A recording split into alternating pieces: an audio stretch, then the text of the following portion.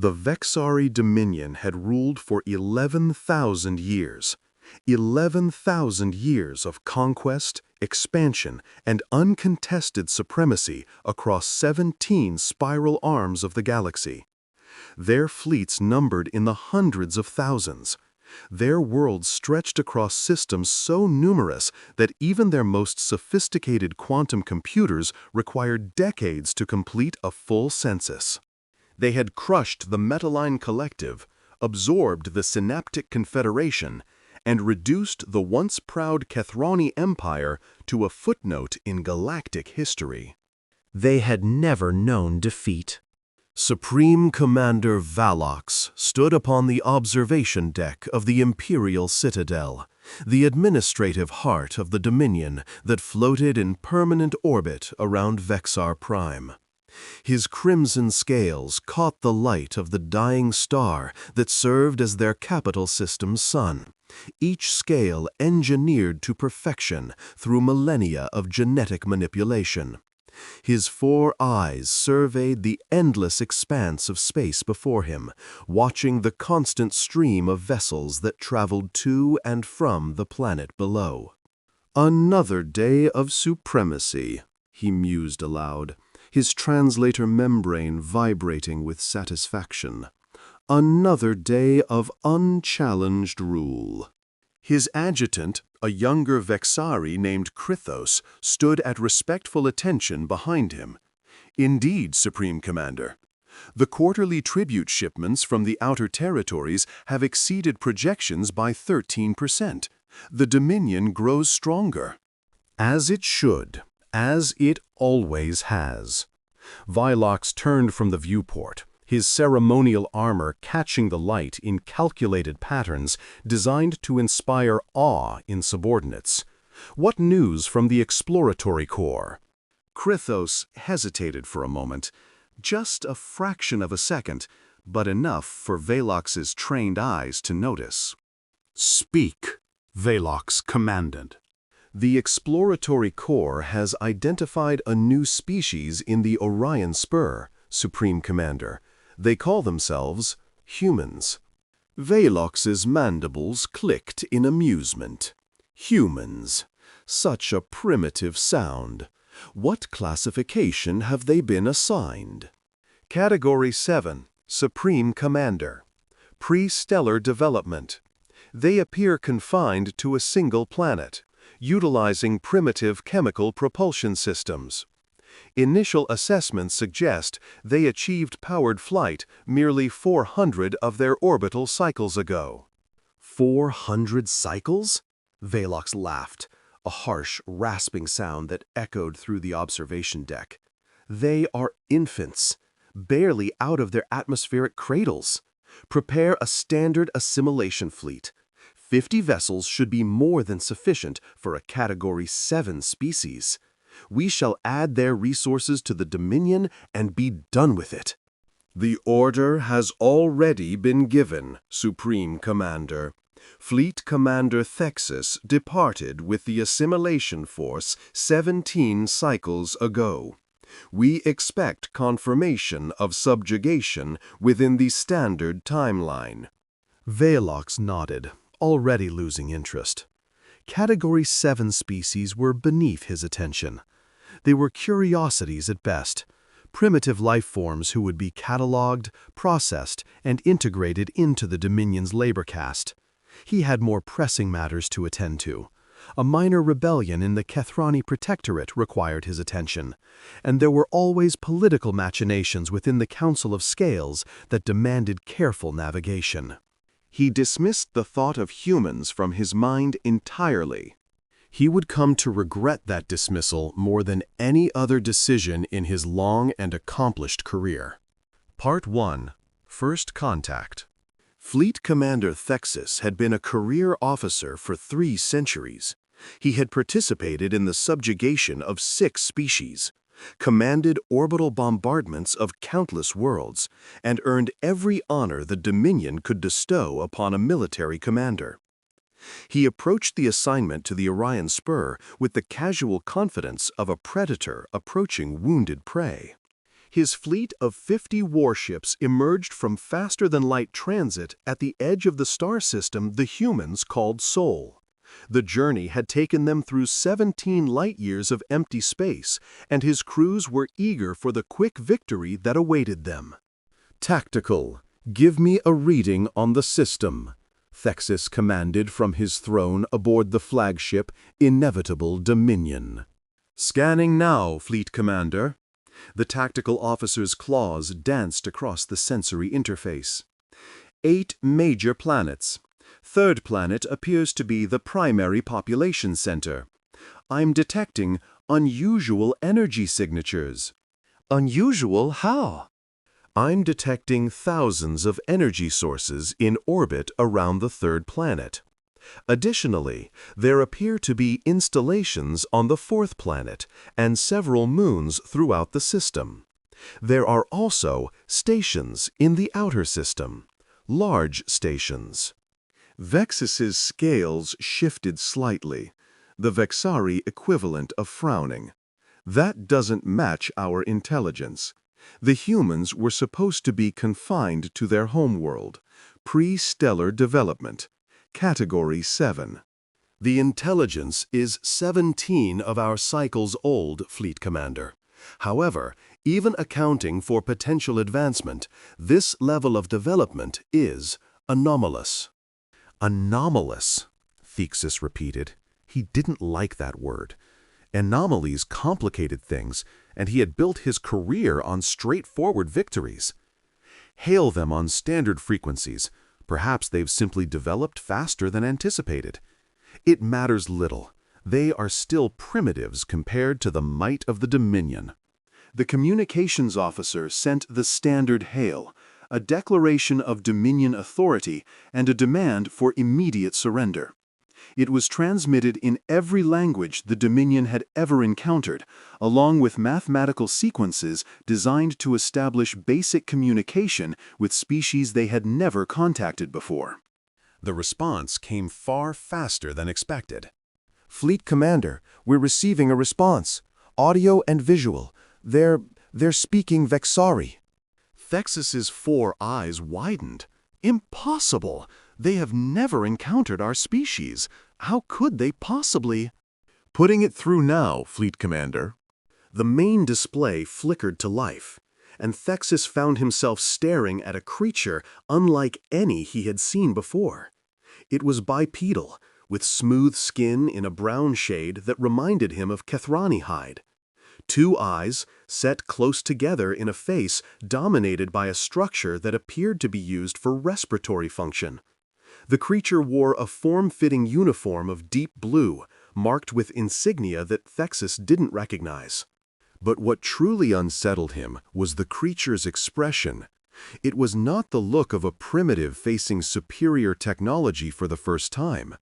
There was no fear, no awe, no confusion in those alien eyes. There was amusement. "Fleet Commander Thexis of the Vexari Dominion," the creature said in flawless Vexari, her mandible sounds replicated perfectly by some unseen technology. "Welcome to human space. I am Admiral Sarah Chen of the United Human Federation. I will be handling your surrender today." For a moment, the bridge of the Inevitable Dominion fell into stunned silence. Then Thexis laughed, a harsh, dismissive sound. "You will be handling our surrender? Amusing. You are a Category 7 species with primitive technology. You cannot possibly believe that you can resist the might of the Vexari Dominion. We offer you this one opportunity to submit peacefully. Accept Dominion rule, and your species will be granted a place in our labor caste. Resist, and your homeworld will be reduced to ash." Admiral Chen's expression didn't change. If anything, her amusement deepened. "Fleet Commander, I'm going to give you some friendly advice. Turn your ships around and go home. Tell your superiors that the Orion Spur is not available for conquest. Tell them that humanity is not interested in joining your dominion. And tell them that if they send another fleet, they shouldn't expect to get it back. The Thaxus's scales flushed dark with anger. You dare threaten the Dominion? We have conquered empires that stretched across thousands of light years. We have reduced species far more advanced than you to servitude. You are nothing but— Tactical, Admiral Chen said, not breaking eye contact with Thexus. Decloak the First Fleet. The Thexus was about to respond when his tactical officer made a sound he had never heard a Vexari make before. A sound that might have been a whimper. Fleet Commander. Contact. Massive contact. Ships everywhere. The display shifted to show the tactical readout, and Thexus felt his hearts stop. Where moments ago there had been empty space, there were now ships. Hundreds of ships.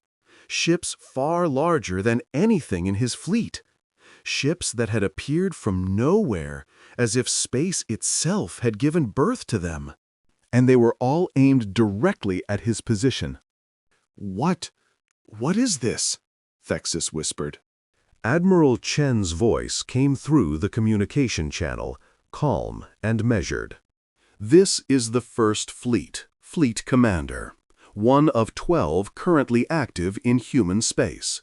You'll notice that we have you significantly outgunned. I suggest you take my advice and return home. This is your only warning. Thexus stared at the tactical display, his mind struggling to process what he was seeing. The ships were massive, each one easily 10 times the size of his flagship. Their designs were unlike anything in the Dominion's databases, angular and aggressive, bristling with weapon systems that his sensors couldn't fully analyze. For the first time in 3 centuries of military service, Fleet Commander Thexus tasted fear. This is impossible, he said. You were Category 7, pre-stellar development, 400 orbital cycles of technological advancement. Fleet Commander, Admiral Chen said. And now there was something cold in her voice, something that made Thexus's scales contract instinctively. I'm going to tell you something that you should probably pass along to your superiors. We knew you were watching us. We've known for over 60 years. We saw your observation drones. We intercepted your transmissions. We learned your language, your history, your tactics. We watched you conquer species after species, and we decided that we weren't going to let that happen to us. She leaned forward, her alien face filling the display. For the past 6 decades, humanity has been preparing for this moment. We've built fleets. We've colonized worlds. We've developed technologies that your Dominion has never imagined. And we've done it all while letting you believe that we were primitives barely capable of leaving our atmosphere. The Thexus felt the blood drain from his scales. You deceived us. We survived, Admiral Chen corrected. Now, Fleet Commander, I believe I gave you an option. Leave and carry our message back to your Dominion. Or stay and become a lesson for those who come after you. You have 30 seconds to decide. Thexus looked at the tactical display. His 50 ships surrounded by hundreds of human vessels. Even if the humans were bluffing about their capabilities, even if their ships were merely for show, the numbers alone made victory impossible. He thought of his honor. He thought of his career. He thought of the shame that would follow him for the rest of his life if he retreated from a species his Dominion had classified as primitives. And then he thought of his crew, 3,000 Vexari who had trusted him with their lives. "Helm," he said, his voice hollow, Set course for the transit point. All ships prepare to withdraw. A wise decision, Fleet Commander, Admiral Chen said. Safe travels, and do give our regards to Supreme Commander Velox. Tell him we'll be seeing him soon. The communication channel closed, and Thexus sat in silence as his fleet turned and fled from the system. He had never run from a battle in his life. He suspected that when he delivered his report to the Supreme Commander, he would wish he had died in the Orion Spur instead. Part 2. The Weight of Revelation. The Council of Scales convened in the Great Chamber of the Imperial Citadel, a space designed to inspire awe and reinforce the absolute power of the Dominion. The chamber was vast, capable of holding 10,000 Vexari, though today only the most senior members of the government and military had been summoned. Supreme Commander Velox sat upon the throne of scales, his position at the highest point of the chamber a physical representation of his authority. Around him, arranged in descending tiers, sat the fleet admirals, the regional governors, the high scientists, and the masters of intelligence. Each of them had received the preliminary report from Fleet Commander Thixie's return, and each of them wore expressions of carefully controlled disbelief.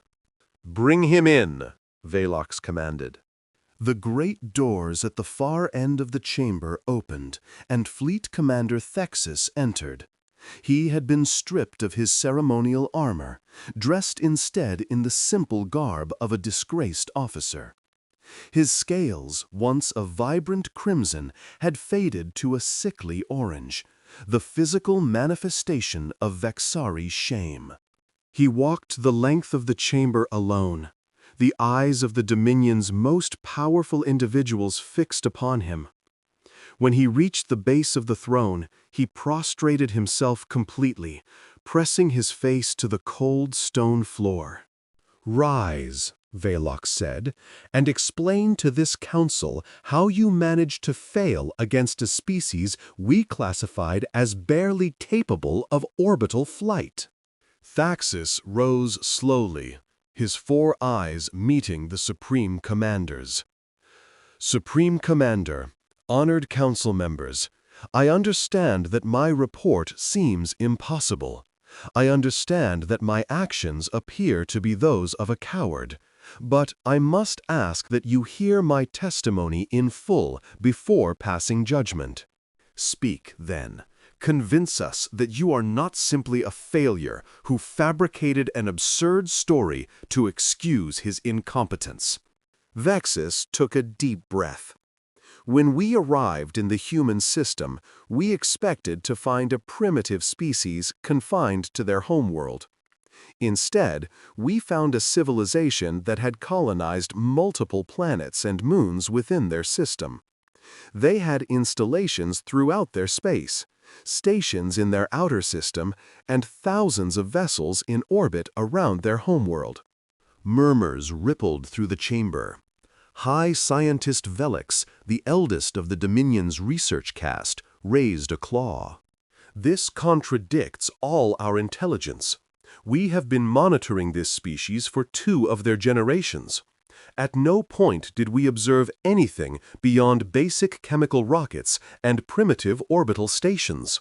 "They deceived us," Thexus said. "They knew we were watching. They deliberately showed us a false picture of their development while building in secret." "Absurd," Fleet Admiral Korek snapped. "No species has ever successfully deceived Dominion intelligence. Our observation methods are infallible." "With respect, Fleet Admiral, they are evidently not." Thexus raised his head higher, some of his old pride returning. "I have brought sensor logs, visual recordings, and detailed scans of the human vessels we encountered. I submit them for analysis by the high scientists. You will find that I am not fabricating anything." Velox gestured to the technical cast, who hurried forward to receive the data crystals Thexus produced. Continue your account. You claim the humans had secretly developed beyond our observations. What exactly did you encounter? When I announced our intention to subjugate them, the human commander, a female named Admiral Chen, laughed at me. She demanded our surrender. This produced actual laughter from several council members. The idea of a primitive species demanding the surrender of a Dominion fleet was absurd beyond measure. And then, Thaxus continued, his voice cutting through the laughter, her fleet decloaked. The laughter died. Decloaked? Fleet Admiral Corix leaned forward. The humans have cloaking technology? They surrounded my fleet with over 300 warships, each one significantly larger than the inevitable Dominion. They appeared from empty space with no warning whatsoever. My sensors detected nothing until the moment they chose to reveal themselves. Silence fell over the chamber. Complete, absolute silence. 300 ships, Velox said slowly, each larger than a Dominion dreadnought, with cloaking technology we cannot detect. Yes, Supreme Commander, and Admiral Chen informed me that this was merely their first fleet, one of 12 currently active in human space. 12 fleets? High Scientist Velix's voice had lost its skeptical edge. If each fleet contains 300 vessels of the size you describe. Then they possess a navy of at least 3,600 capital ships, Thaxus finished, conservatively, and their shipbuilding capabilities may allow for far more that we have not seen. Fleet Admiral Corix rose from his seat. This is impossible! We are speaking of a species that achieved powered flight 400 of their orbital cycles ago. In that time, they cannot possibly have developed technology to rival the Dominion, let alone surpass it. The humans are not like other species we have encountered, Thexus said quietly. Admiral Chen told me something before I departed. She said that humanity has known about us for 60 of their years. 60 years during which they watched us, learned our language, studied our tactics, and prepared for this moment. They let us believe they were primitives while they built an empire capable of opposing us.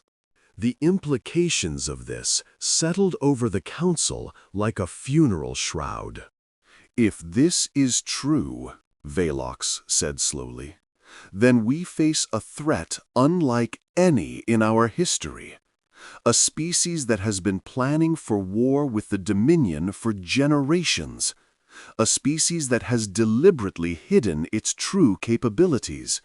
A species that we know almost nothing about, while they apparently know everything about us. He turned to the masters of intelligence, his 4 eyes burning with fury. How did this happen? How did an entire civilization develop under our observation without our knowledge? Master of Intelligence Silix, the oldest and most experienced of the Dominion's spy masters, rose slowly. Her scales had gone pale, the Vexari expression of profound concern. Supreme Commander, I can only offer theories at this point. But if the humans truly knew about our observation methods, it is possible that they constructed an elaborate deception specifically designed to fool us. They may have developed their advanced technology in locations we could not observe, underground facilities, hidden bases on remote moons, or even in deep space. They would have needed extraordinary discipline to maintain such a deception for decades, but what? But the humans are unlike any species we have previously encountered in one crucial way. Silix paused, clearly gathering her thoughts. Most species, when they discover they are being observed by a superior power, react with fear. They attempt to hide, to negotiate, to submit before conflict begins. The humans did none of these things. They chose to deceive us deliberately, to build strength in secret, and to prepare for war on their own terms. They are not prey, Thexus said quietly. They are predators. They just chose to let us believe otherwise. Velox sat back on his throne, his mind racing. In 11,000 years of Dominion history, they had never faced a true equal. Every species they had encountered had been either too primitive to resist or too small to pose a real threat. The idea of an enemy that could genuinely challenge them was almost incomprehensible. "What are our options?" he asked. Fleet Admiral Corex was the first to respond. We must strike immediately, before they can expand further. Mobilize the full might of the Dominion, every fleet, every warship, every soldier. Descend upon their space with such overwhelming force that no amount of preparation can save them. And if their fleets are as powerful as Fleet Commander Thexus describes? Velox asked. If we send our full strength against them and fail, we leave the Dominion defenseless. Every conquered species, every subjugated world will see their opportunity for rebellion. Then we must find another way, High Scientist Velix said. Perhaps negotiation. If the humans are as intelligent as they appear, they must understand that war with the Dominion would be costly for both sides. Perhaps we can reach an accommodation. Accommodation? Corex's scales flushed dark with anger. The Dominion does not accommodate. We conquer. We dominate. We do not negotiate with primitives. They are not primitives, Thexus shouted, forgetting his disgrace in his frustration. That is the point. They have never been primitives. They let us believe they were weak while they became strong. Every assumption we have made about them is wrong. The chamber erupted into argument, council members shouting over each other as they debated strategies, theories, and accusations. Velox let it continue for several minutes, his mind working through the implications of everything he had heard. Finally, he raised a claw, and silence fell. We will not rush into a decision that could determine the fate of the Dominion. High scientists, analyze Fleet Commander Thexus's sensor data and determine the exact capabilities of human technology. Masters of Intelligence, redirect all available resources to gathering information about human space, their worlds, their population, their industrial capacity, everything. Fleet Admirals, begin quiet mobilization of reserve forces, but do not draw down our occupation fleets. We cannot afford to appear weak to our subject species. He paused, looking around the chamber at the faces of his most trusted advisors. And prepare the diplomatic cast. We may need to speak with these humans again, not as conquerors, but as equals. The word seemed to physically pain him. In 11,000 years, the Dominion had never spoken to another species as equals. But then, in 11,000 years, the Dominion had never met humanity. Part 3. The Human Perspective. Admiral Sarah Chen stood on the observation deck of the carrier Unconquerable, watching the departure of the Vexari fleet through enhanced displays. Around her, the bridge crew maintained professional silence, though she could feel their tension, a mixture of relief and anticipation that filled the recycled air. "They're gone," her executive officer, Commander James Okonjo, reported. "All 50 vessels have entered FTL transit. They're running home as fast as their drives can take them." "Good," Chen said quietly. "Phase 1 is complete." She turned from the display and walked to the tactical station, where holographic representations of human space floated in the air. 12 colored icons represented the 12 fleets currently deployed, a tiny fraction of humanity's true military strength. "Admiral," Okonjo said, falling into step beside her, "permission to speak freely?" "Always, James." "We could have destroyed them, all 50 ships, without breaking a sweat. Why let them go?" Chen smiled, a thin, predatory expression that few people ever saw. Because a destroyed fleet is just a loss. A humiliated fleet that runs home and tells everyone what it saw? That's a message. And right now, we want the Vexari to receive our message loud and clear. She gestured to the holographic display, expanding it to show the full extent of known space. The Vexari have ruled this galaxy for 11,000 years through fear and overwhelming force. Every species they've encountered has either been too weak to resist or too small to matter. They've forgotten what it's like to face a real enemy. They've become complacent, arrogant, lazy. They send 50 ships to conquer a species they classified as primitives, and they don't even bother to update their intelligence first. "You sound almost grateful," Okonjo observed. "I am grateful. Their arrogance is our greatest weapon." Chen turned to face her executive officer directly. "For 60 years, we've been preparing for this moment. 60 years of hiding our true capabilities, letting them believe we were centuries behind them technologically. 60 years of building fleets in hollowed-out asteroids and hidden stations. 60 years of studying every species they've conquered, learning from their mistakes, planning for their tactics." She walked to a private alcove off the main bridge, gesturing for Okonjo to follow. When the privacy screen activated, she continued.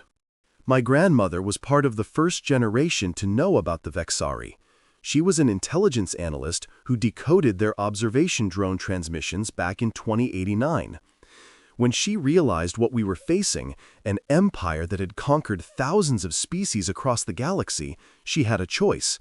She could panic, go public, trigger mass hysteria and chaos, or she could begin preparing." "She chose to prepare," Okonjo said.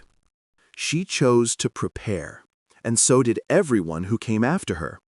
Project Blindside has been the largest and most secret military program in human history. Every major government on Earth contributed resources. Every national space agency redirected funding. Every military-industrial complex pivoted to support it. And all of it was hidden from the Vexari, who were so arrogant that they never considered we might be capable of deceiving them. But why reveal ourselves now? We could have continued building, growing stronger. Because we've reached the point where continued hiding is more dangerous than revealing our strength." Chen pulled up another display, showing the locations of Vexari observation drones throughout human space. Their surveillance network has been getting more sophisticated. Another decade, maybe 2, and they would have started seeing through our deceptions. Better to reveal ourselves on our own terms, from a position of strength, than to be discovered while we're still trying to hide. Okonjo nodded slowly. "So, what happens next?" "Next, we wait for them to make a decision. The Vexari have 3 options. They can try to negotiate with us, treat us as equals rather than subjects. They can try to ignore us, pretend we're not a threat, and hope we don't expand into their territory. Or they can try to destroy us with overwhelming force. Which do you expect?" Chen's smile faded. "They're not capable of treating us as equals. Their entire culture is built on the assumption of Vexari superiority. They can't ignore us without appearing weak to their subject species. So they'll choose option 3. They'll mobilize everything they have and come for us." "And we'll be ready?"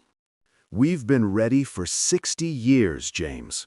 Every fleet we've built, every weapon we've developed, every strategy we've planned, all of it has been designed for this moment. When the Vexari come, they'll find that humanity is not like the species they've conquered before." She turned back to the main display, watching the stars wheel slowly as the Unconquerable maintained its patrol pattern. "They'll find that we don't run, we don't surrender, and we don't lose." Part 4. The Storm Gathers. The analysis of Fleet Commander Thexis's sensor data took 3 cycles, during which the Council of Scales convened twice more to discuss preliminary findings. Each session was more dire than the last. High Scientist Velix presented the final report to the assembled council, her voice carefully controlled despite the terror that gripped her hearts. "The human vessels observed by Fleet Commander Thexis represent technology that equals or exceeds our own in virtually every measurable category. Their energy shielding appears to be approximately 40% more efficient than our best systems. Their weapons platforms utilize principles we do not fully understand, some form of directed gravitational manipulation that our theorists are still attempting to analyze. And their cloaking technology." She paused, her scales shifting to a pale shade that indicated profound distress. "Their cloaking technology is not merely superior to ours. It operates on entirely different principles. We cannot detect it. We cannot counter it. We cannot even fully understand how it functions based on the sensor readings we have." Supreme Commander Velox absorbed this in silence. Around him, the council members shifted uncomfortably, none willing to speak first. "What of their numbers?" he finally asked. Fleet Commander Thexis reported 12 fleets of 300 vessels each. Is this accurate? "We cannot confirm the exact numbers, Supreme Commander. However, long-range sensor sweeps of the Orion Spur have detected energy signatures consistent with massive industrial operations on at least 40 worlds. If each of these worlds is producing warships at even a fraction of the rate suggested by the fleet sizes we observed, then they may have thousands of vessels already operational," Velox finished. "Yes, Supreme Commander, and their production capacity appears to be increasing. They are not simply maintaining their current forces, they are expanding rapidly." Fleet Admiral Corex slammed a claw against his seat in frustration. How has a species that was exploring their own solar system with chemical rockets a mere 4 centuries ago developed technology that rivals 11,000 years of Dominion advancement? Master of Intelligence, Silix rose to address this question. "Our analysts have been reviewing every piece of information we possess about humanity, Supreme Commander. What we have found is unsettling." "Explain." "Humans appear to be unique among the species we have encountered in their rate of technological advancement. Most species develop gradually over thousands of years, with occasional periods of innovation followed by long periods of consolidation. Humans do not follow this pattern. Their technological development has been exponential. Each generation builds on the last at an accelerating rate." She activated a display showing human technological history. 400 of their orbital cycles ago, they achieved powered flight, a crude wooden and fabric aircraft that could barely stay aloft. Within 50 cycles, they had developed aircraft capable of crossing oceans at supersonic speeds. Within 70 cycles, they had reached their own moon. Within 100 cycles, they had begun exploring their outer solar system with robotic probes. "This is known," Corex said impatiently. "We observed all of this." "Yes, Fleet Admiral, but what we failed to appreciate was the implication. Human technological advancement does not slow down, it speeds up. The rate of innovation that would take us 1,000 years takes them a single generation. When we classified them as Category 760 of their years ago, we assumed they would require centuries to reach interstellar capability. Instead, they appear to have reached and exceeded our own level of development in less than a single human lifetime. The council fell silent as this sank in. "You're saying," Velox said slowly, "that even if we destroy them now, if even a fraction of their population survives, they will rebuild and surpass us within a few generations?" "That is the implication of the data, yes, Supreme Commander.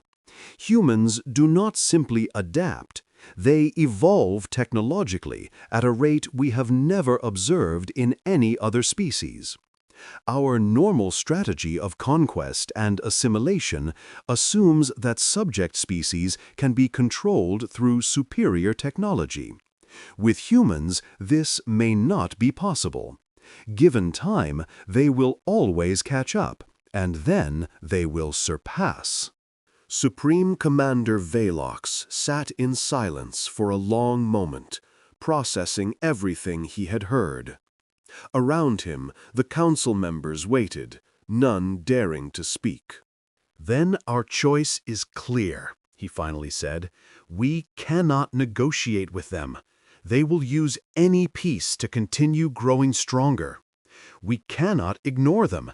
They will expand until they threaten the Dominion directly. And we cannot trust that a partial victory will be sufficient. Any surviving humans will eventually become a threat again."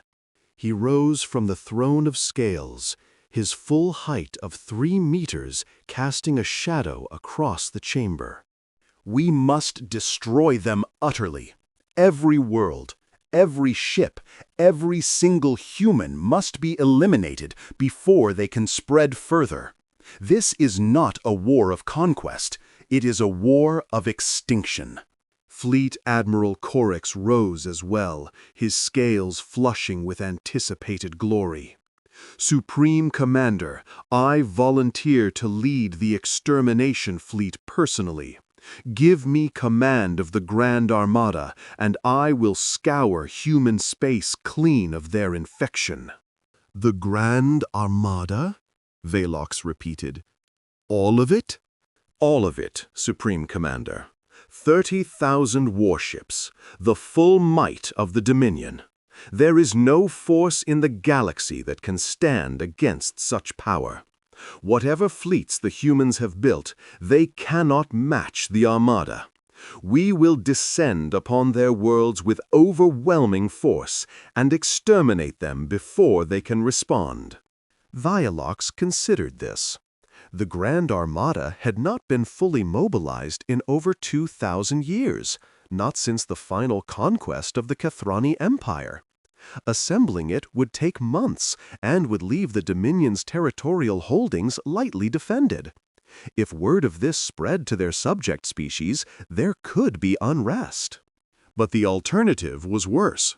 If humanity was allowed to continue growing, to continue advancing, they would eventually challenge the Dominion for galactic supremacy.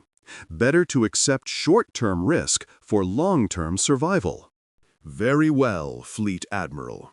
You will have command of the Grand Armada. 30,000 warships, the largest fleet ever assembled in the history of the Dominion. You will enter human space, destroy every vessel that opposes you, and sterilize every world they have colonized. There will be no prisoners, no negotiations, no mercy. The human species will cease to exist." Corix's scales flushed with pride. "It will be done, Supreme Commander.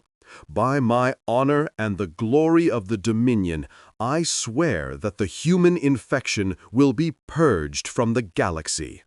"See that it is. You have 6 cycles to assemble the Armada. Then you will depart for the Orion Spur and end this threat once and for all." As the council dispersed to begin preparations, None of them noticed the small device hidden in the chamber's ventilation system, a device that had been transmitting every word of their deliberations to a receiver hidden in the outer system. Within hours, a faster-than-light drone would carry news of the Dominion's plans to Admiral Chen. The humans would be ready. Part 5. The Trap is Set. Admiral Chen received the intelligence report aboard the Unconquerable as the carrier made its way to the primary staging area in deep space. She read it 3 times, her face betraying no emotion, before calling her senior staff to the flag conference room. 30,000 ships, she said, as her admirals and captains took their seats. The largest fleet the Vexari have ever assembled. They're calling it the Grand Armada, and they're planning to use it to exterminate our entire species. She let that sink in for a moment before continuing. Fleet Admiral Corax, the Dominion's most celebrated military commander, will be leading them personally. They'll be entering our space in approximately 8 weeks, Earth Standard Time. Rear Admiral Michael Torres, commander of the Second Fleet, leaned forward. 30,000 ships is more than we have, Admiral. Even with all 12 fleets combined, we're looking at a 3-to-1 disadvantage in raw numbers. Raw numbers don't tell the whole story, Chen replied. Our ships are larger, more heavily armed, and more technologically advanced than anything they're bringing. Their fleet might have the numbers, but we have quality. More importantly, we have something they don't. What's that, Admiral? Chen smiled, a thin, cold expression. We have 60 years of planning specifically for this moment. Operation Welcome Mat was designed for exactly this scenario. A massive Dominion force entering our space with the intention of destroying us. Every fleet, every station, every weapon system we have was built with this battle in mind.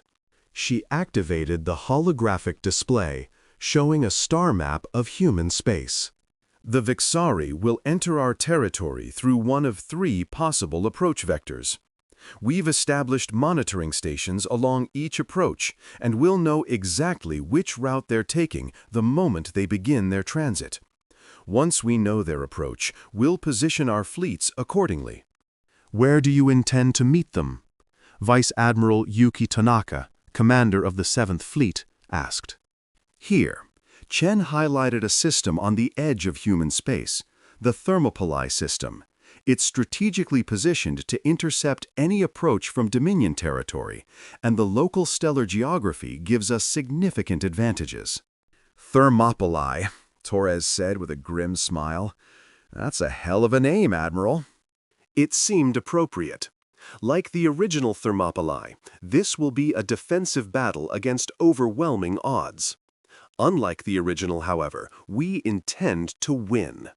She expanded the display to show the system in detail. Thermopylae has 3 major features that make it ideal for our purposes. First, the local star is a red giant, which means significant electromagnetic interference throughout the system.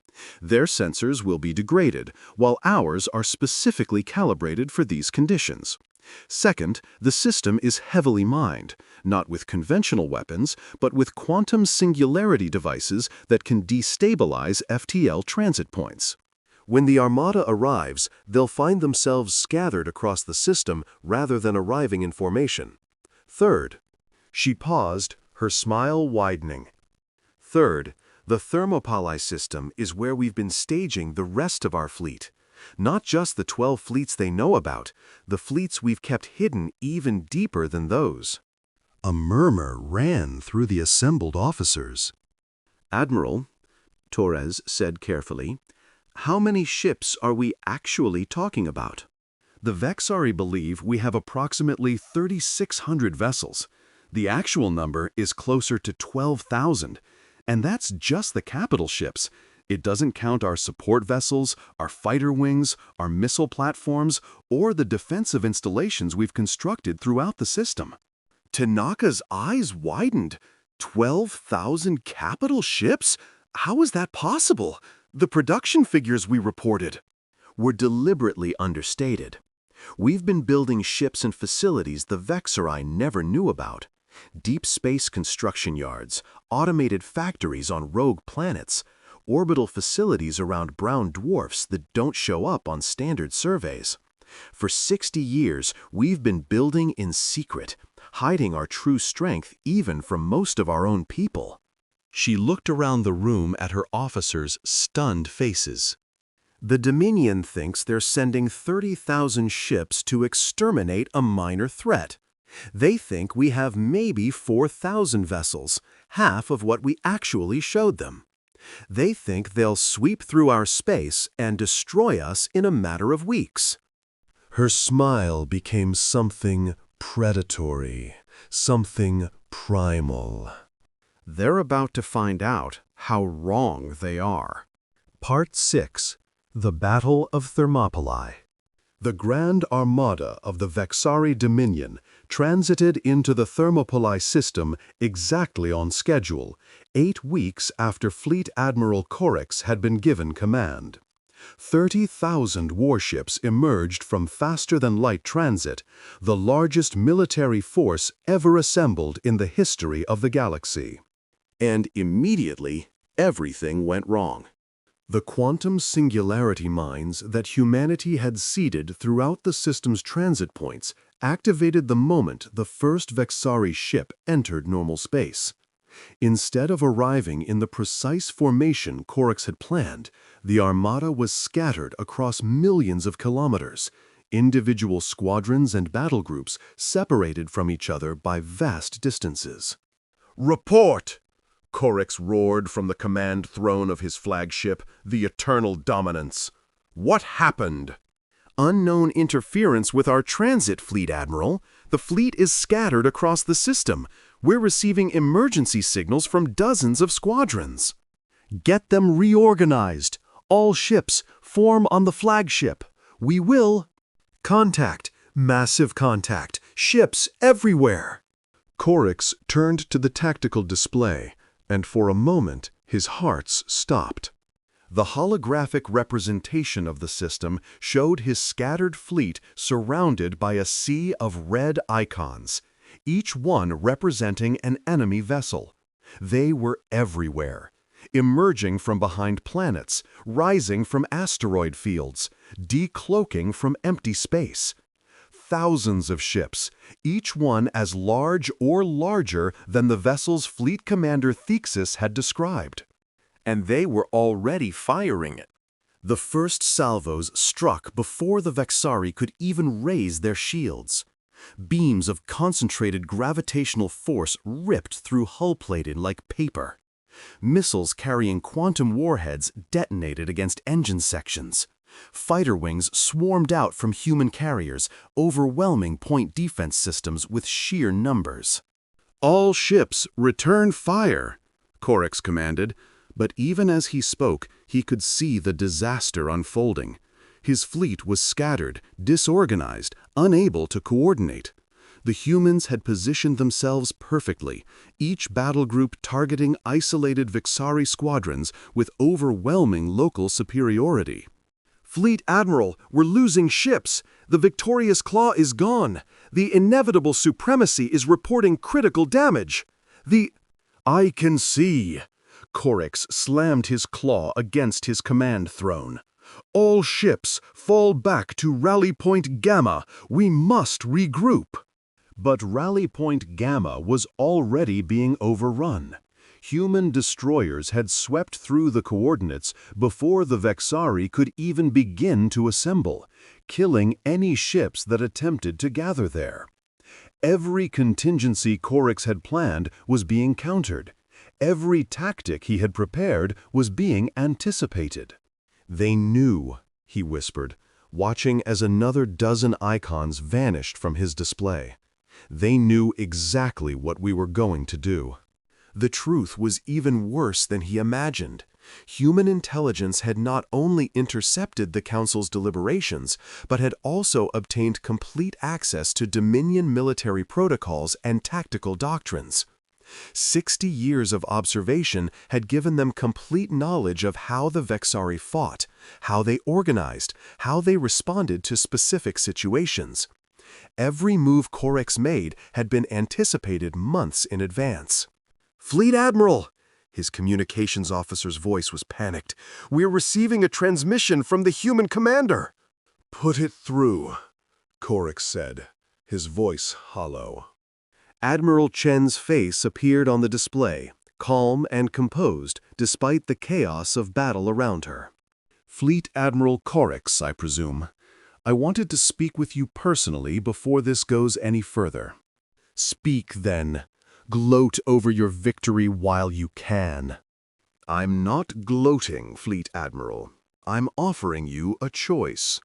Your fleet is scattered. Your forces are being systematically destroyed, and you have no hope of victory. But you can still save what remains of your people. Order your ships to stand down, surrender, and I will guarantee the safety of your survivors." "Surrender?" Corex's scales flushed dark with fury. "The Vexari do not surrender. We have never surrendered in 11,000 years. "And how has that worked out for you today?" Chen's voice was gentle, almost pitying. "Fleet Admiral, I understand pride. I understand the weight of history and expectation. But look at your display. You've lost a third of your fleet already, and the battle has barely begun. In another hour, you'll have nothing left. Is your pride worth the lives of everyone under your command?" Corex looked at the tactical display. Chen was right. The numbers were brutal. Of his 30,000 ships, less than 20,000 remained, and the rate of attrition was only accelerating. The humans were not just winning, they were annihilating his force with surgical precision. "Why?" he asked, his voice barely a whisper. "Why are you offering mercy?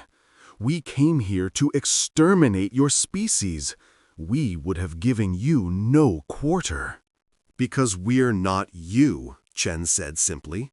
"We don't need to destroy every Vexari to win this war. We just need to show your dominion that we cannot be conquered, that trying to exterminate us will only lead to your own destruction. Your survivors will carry that message back to your Supreme Commander. They'll tell him what happened here, and maybe, just maybe, he'll realize that peace is better than continued war." Corex was silent for a long moment, watching his fleet die on the tactical display. "And if your Supreme Commander doesn't want peace? If he sends another armada? Then we'll destroy that one too, and the one after that, and the one after that. We'll keep destroying your fleets until the Dominion has nothing left to send, or until you finally accept that we are not a species to be conquered." Chen leaned forward, her eyes intense. "We didn't ask for this war, Fleet Admiral. We didn't ask to be observed, classified, targeted for subjugation. All we wanted was to be left alone. But if you force us to fight, we will fight until there's nothing left to fight against. That is who we are. That is what humanity is capable of." Corex closed his 4 eyes. For 3 centuries, he had served the Dominion with unwavering loyalty. He had never questioned, never doubted, never hesitated. And now, facing the destruction of everything he had ever known, he had to make a choice that would define the rest of his life. "All ships," he said, his voice cracking, "cease fire. Stand down. We surrender." The silence that followed was the loudest sound Corex had ever heard. Part 7. The Aftermath. Supreme Commander Velox received the news of the Grand Armada's destruction in his private chambers aboard the Imperial Citadel. The messenger who delivered the report was a junior officer, the only survivor of the flagship Eternal Dominance to make it back to Dominion space. Fleet Admiral Corex himself had remained behind as a prisoner of the humans, along with the crews of the 8,000 ships that had survived the battle. 22,000 ships destroyed, 8,000 captured, the largest military force in the history of the Dominion annihilated in less than a single cycle. Vialox sat in darkness for a long time after the messenger departed, his mind struggling to comprehend the magnitude of what had happened. The Vexary Dominion had stood for 11,000 years. In that time, they had never known true defeat. Every species they had encountered had bent to their will, eventually. Every challenge they had faced had been overcome.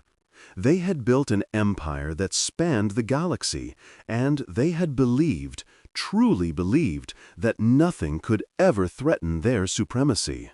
And now, in a single battle, a species they had dismissed as primitives had destroyed that illusion forever. The door to his chambers opened, and Master of Intelligence Silex entered, her scales pale with distress. "Supreme Commander, I have received a communication from the human Admiral Chen. She wishes to negotiate." "Negotiate," Velox repeated, the word tasting strange in his mouth. "What terms does she propose?" "She proposes a mutual recognition of territorial boundaries. Human space would be acknowledged as sovereign and independent, free from any Dominion claims. In exchange, the humans would release all prisoners captured during the battle and refrain from retaliatory strikes against Dominion territory." "That is all? No demands for tribute? No requirements for territorial concessions?" "No, Supreme Commander. The humans appear to want only recognition of their independence. They have no apparent interest in expanding into Dominion territory or extracting resources from us." Velox turned to face Silex, his 4 eyes searching her face. "Why? If they have the power to destroy our fleets, why don't they press their advantage? Why offer peace when they could continue the war?" "I do not know, Supreme Commander. Perhaps they are conserving their strength. Perhaps they fear the cost of continued conflict. Or perhaps," she hesitated, "perhaps what? Perhaps they simply do not want what we would want in their position. Perhaps they truly only desire to be left alone, and now that they have demonstrated their power, they are willing to let us go in peace." Velox sat in silence for a long moment, contemplating this possibility. It was so alien to his understanding of the galaxy. The Dominion had always expanded, always conquered, always sought to bring more species under their control. The idea of a power that could conquer but chose not to was almost incomprehensible. And yet, what choice did he have? The Grand Armada was destroyed. It would take decades to rebuild his fleet to its former strength. In the meantime, humanity would continue to grow stronger, their technological advancement continuing at the terrifying rate the high scientists had described. Every year of continued war would only widen the gap between them.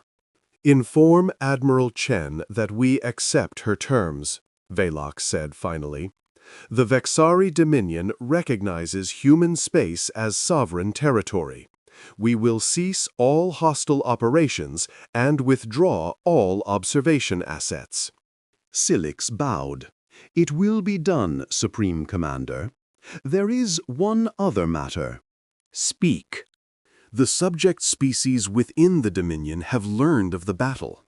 Word is spreading through the protectorates of a species that resisted the Dominion, that defeated our fleets, that forced us to negotiate as equals. There is unrest." Velox's scales shifted to a dark shade. This was what he had feared. The myth of Dominion invincibility had been shattered, and every conquered species now knew it. The Kethroni, the Metalin, the Synaptic, all the peoples who had bent their necks to Vexari rule for millennia would be watching, wondering if they too could resist. "We will deal with it," he said, though he wasn't sure how. "For now, focus on stabilizing our position. We have suffered the greatest defeat in our history, but the Dominion still stands. We will survive this."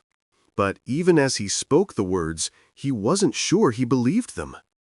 Epilogue. 40 years later. Fleet Admiral Sarah Chen, retired, sat on the porch of her home in the mountains of New Seattle, watching the sun set over the terraformed landscape of Kepler 442b. The colony had been one of the first established after the war, part of humanity's careful expansion into the unclaimed space between human territory and what remained of the Vexari Dominion. 40 years had passed since the Battle of Thermopylae. 40 years of peace, growth, and change. Humanity had continued its relentless advancement, spreading to hundreds of new worlds, developing technologies that would have seemed like magic to her grandparents. The Vexari Dominion, weakened by the defeat and the rebellions that followed, had fragmented into a dozen successor states, none of them capable of challenging humanity even if they wanted to. But they didn't want to. The lesson of Thermopylae had been learned. A shuttle descended from orbit, landing in the field below her house. Chen watched as a young woman in a naval uniform emerged and walked up the path to her porch. "Admiral Chen," the woman said, saluting crisply, "I'm Lieutenant Commander Maria Santos. I've been assigned to escort you to the ceremony." Chen smiled, rising slowly from her chair. "At ease, Commander. And it's just Sarah now. I haven't been an admiral in a long time." "Yes, ma'am. Sarah." Santos smiled nervously. "The President sends her regards. She's looking forward to seeing you at the memorial." The memorial. 40 years since the battle, and the United Human Federation had decided it was time for a permanent monument to those who had fought and died there. 12,000 ships had engaged the Grand Armada, and while they had won decisively, the victory had not been without cost. 342 vessels lost, over 50,000 crew members killed. Not a high price compared to what they could have lost, but still too many. "I'll be happy to attend," Chen said, "but I should warn you, I'm not much for speeches anymore." "You don't need to give a speech, ma'am. Just be there. For the survivors, for the families, for everyone who needs to remember what happened and why it mattered." Chen nodded slowly. She understood. Thermopylae hadn't just been a battle. It had been the moment when humanity announced its presence to the galaxy. The moment when they proved that they could not be conquered, could not be subjugated, could not be dismissed. Everything that came after, the expansion, the treaties with the Dominion's former subject species, the new alliances and partnerships that were reshaping the galaxy, all of it traced back to that single day when 30,000 Vexari ships learned what humanity was capable of. "Tell me something, Commander," Chen said as they walked toward the shuttle. "What do they teach about Thermopylae in the academies now? I'm curious how the story has evolved." Santos considered the question carefully. "They teach us that it was the most significant military victory in human history, that it established humanity as a major galactic power and changed the balance of power in this region of the galaxy forever." "And what do they teach about why we won?" "Superior technology, superior tactics, superior intelligence and preparation." Chen shook her head. "Those were factors, certainly, but they weren't the reason." "Then what was, ma'am?" Chen paused at the shuttle's door, looking back at the sunset one last time. "We won because we had spent 60 years preparing for a battle we hoped would never come. We won because every generation of humanity, from the moment we knew the Dominion existed, dedicated themselves to ensuring our survival. We won because when the choice came between freedom and subjugation, there was never any doubt about which way we would choose. She turned to face Santos directly. The Vexari had ruled the galaxy for 11,000 years. They had conquered countless species, destroyed countless civilizations, ruled through fear and force for millennia. And they believed, truly believed, that they were invincible, that no one could challenge them, that their dominion was the natural order of the universe. Chen smiled, the same thin, predatory smile she had worn when facing Fleet Admiral Corix across the void. They forgot something that humanity never forgets. Empires fall. Tyrants fail. No power lasts forever. We won at Thermopylae because we understood something the Vexari had forgotten. That the only thing that truly matters is the will to fight for what you believe in. Everything else is just details. She stepped into the shuttle, leaving Lieutenant Commander Santos to follow. 40 years ago, humanity had announced itself to the galaxy, and the galaxy had learned a lesson it would never forget. Don't underestimate the humans. They bite back. Postscript. A new beginning. The memorial ceremony took place on the 40th anniversary of the battle, in orbit around the gas giant that dominated the Thermopylae system. Thousands of ships had gathered for the occasion, military vessels, civilian transports, diplomatic missions from a dozen species who had once been subjects of the Vexari Dominion. Admiral Chen stood at the center of the memorial platform, surrounded by the survivors of the battle and the families of those who had not survived. Above them, a holographic representation of the battle played out in real time, showing the movements of the fleets, the moments of victory and loss, the final surrender of the Grand Armada. When it was her turn to speak, Chen stepped forward to the podium and looked out at the assembled crowd. 40 years ago, we fought a battle that changed the galaxy. We faced an enemy that had conquered thousands of species over 11,000 years. An enemy that came to exterminate us, to erase humanity from existence. And we won. She paused, letting the words sink in. But we did not win alone. Every person who ever worked on Project Blindside, every scientist who developed our technologies, every worker who built our ships, every intelligence officer who gathered information about our enemies, they all contributed to our victory.